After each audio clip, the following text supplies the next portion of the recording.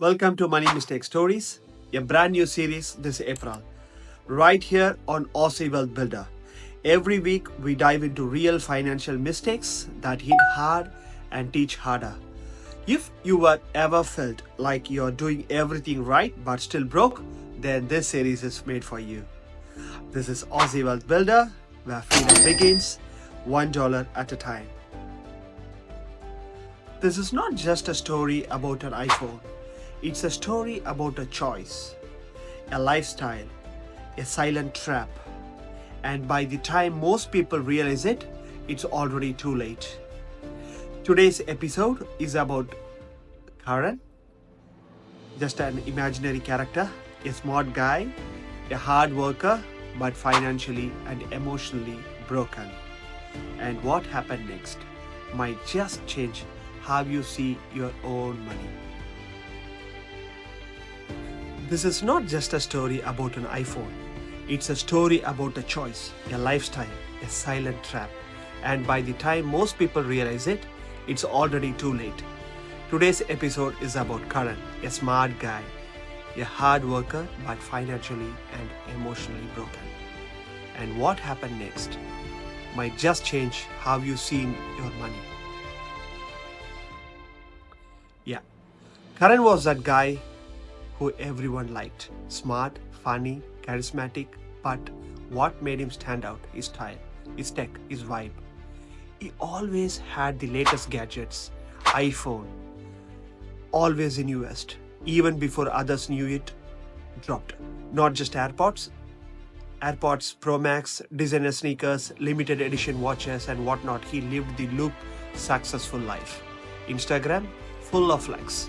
Work hard, flex hard. His captions were like that.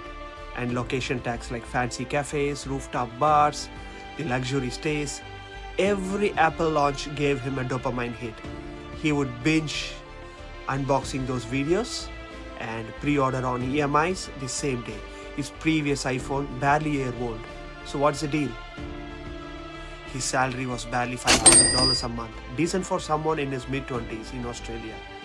But here's where it gets started going downhill. $1,000 per month in just for the iPhone installments.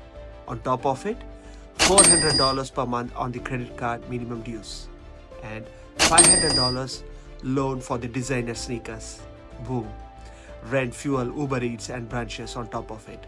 By the 10th of every month, Karan was flat broke, sometimes even in overdraft. But he looked rich. And that mattered more to him than being rich. Friends admired him, co-workers were jealous. Even his manager asked, "How do you afford all this?" Karan laughed. "Smart planning, bro."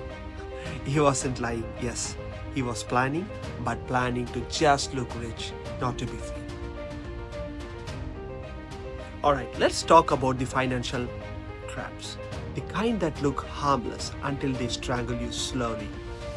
Trap number 1. Buy now, pay later. Why pay $2,000 upfront? Just $150 per month sounds easier. It felt smart, it felt manageable until there were 5 to 3 things all paid monthly.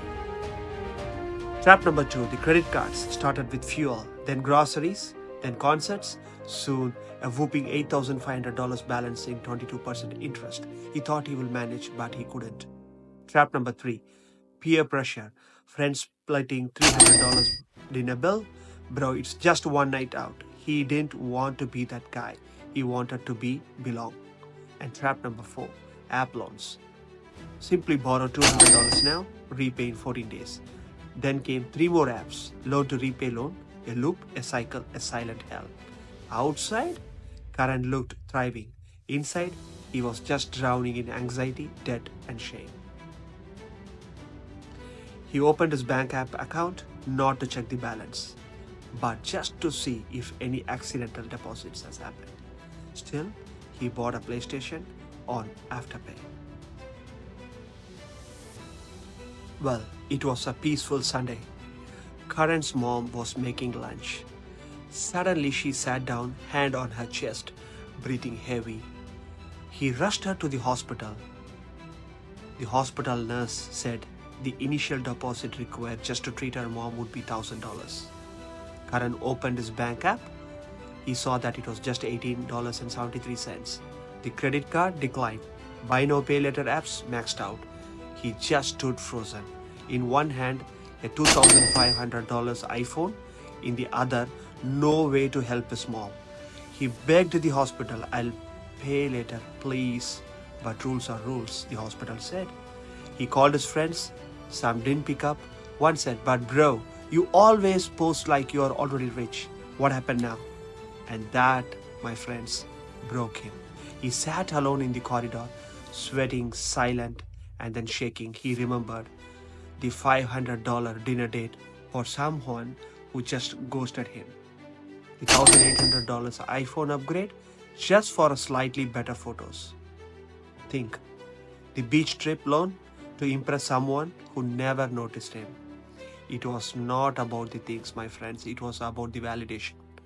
The desire to look like somebody. But the ego, it's the most expensive things to maintain.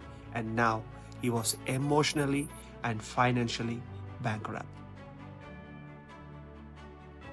So now, luckily, his mom survived. A cousin helped with the deposit, but something really inside changed Karan. He unfollowed the fake influencers, deleted the EMI apps, cut his cards, sold his gadgets, and started a very simple life again.